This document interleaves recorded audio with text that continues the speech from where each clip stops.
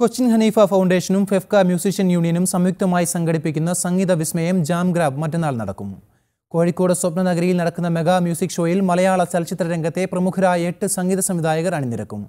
Jam ഗ്രാബിന്റെ rehearsal camp കൊച്ചിയിൽ നടന്നു.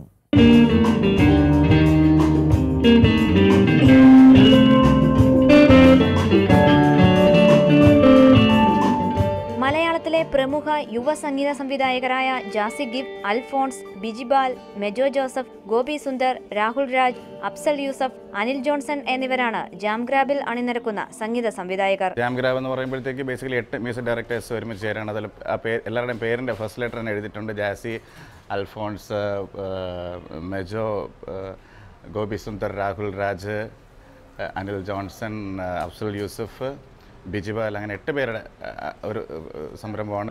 സെപ്റ്റംബർ 27-ന് കോഴിക്കോട് സ്വപ്നനഗരിയിലും ഡിസംബർ 19-ന് UAE-യിലുമായി 2 ഷോയാണ് ജാം ഗ്രാബിന് ഉണ്ടായിരിക്കുക. പ്രധാനമായും ജീവകാരുണ്യ പ്രവർത്തനം ലക്ഷ്യമിട്ടാണ് ജാം ഗ്രാബ് എന്നു പേരിട്ടിരിക്കുന്ന സംഗീതനിശ തയ്യാറാകുന്നത്. സംഗീതനിശയിൽ നിന്നും ലഭിക്കുന്ന വരുമാനം കൊണ്ട് മലയാള ചലച്ചിത്ര മേഖലയിൽ നിന്നും മൺമറഞ്ഞ ചലച്ചിത്ര പ്രതിഭകളുടെ കുടുംബങ്ങളെ സഹായിക്കുക എന്ന ലക്ഷ്യം കൂടി ജാം ഗ്രാബിനുണ്ട്. ജാം ഗ്രാബ് മുന്നോട്ട് വയ്ക്കുന്ന ഒരു ഹാർമണി എന്ന് പറയുന്ന ഒരു കോൺസെപ്റ്റ് തന്നെയാണ്.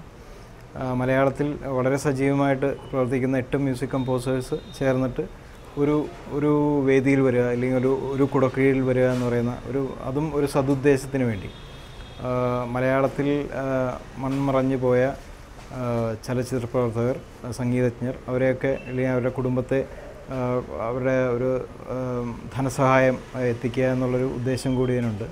ഷാർജയിൽ നടക്കുന്ന സംഗീതനിശയിൽ കൊച്ചിൻ ഖനീഫ ഫൗണ്ടേഷന്റെ വിശ്വപൗരൻ പുരസ്കാരവും സമ്മാനിക്കും. കൊച്ചിയിലെ റിഹേഴ്സൽ ക്യാമ്പിന് ശേഷം സംഗീത സംവിധായകരും ഗായകരും ഉൾപ്പെടുന്ന സംഘം കോഴിക്കോട് സ്വപ്നനഗരിയിലേക്ക് തിരിക്കും, മലയാളത്തിന് ഒരു അപൂർവ നിമിഷം സമ്മാനിക്കാൻ.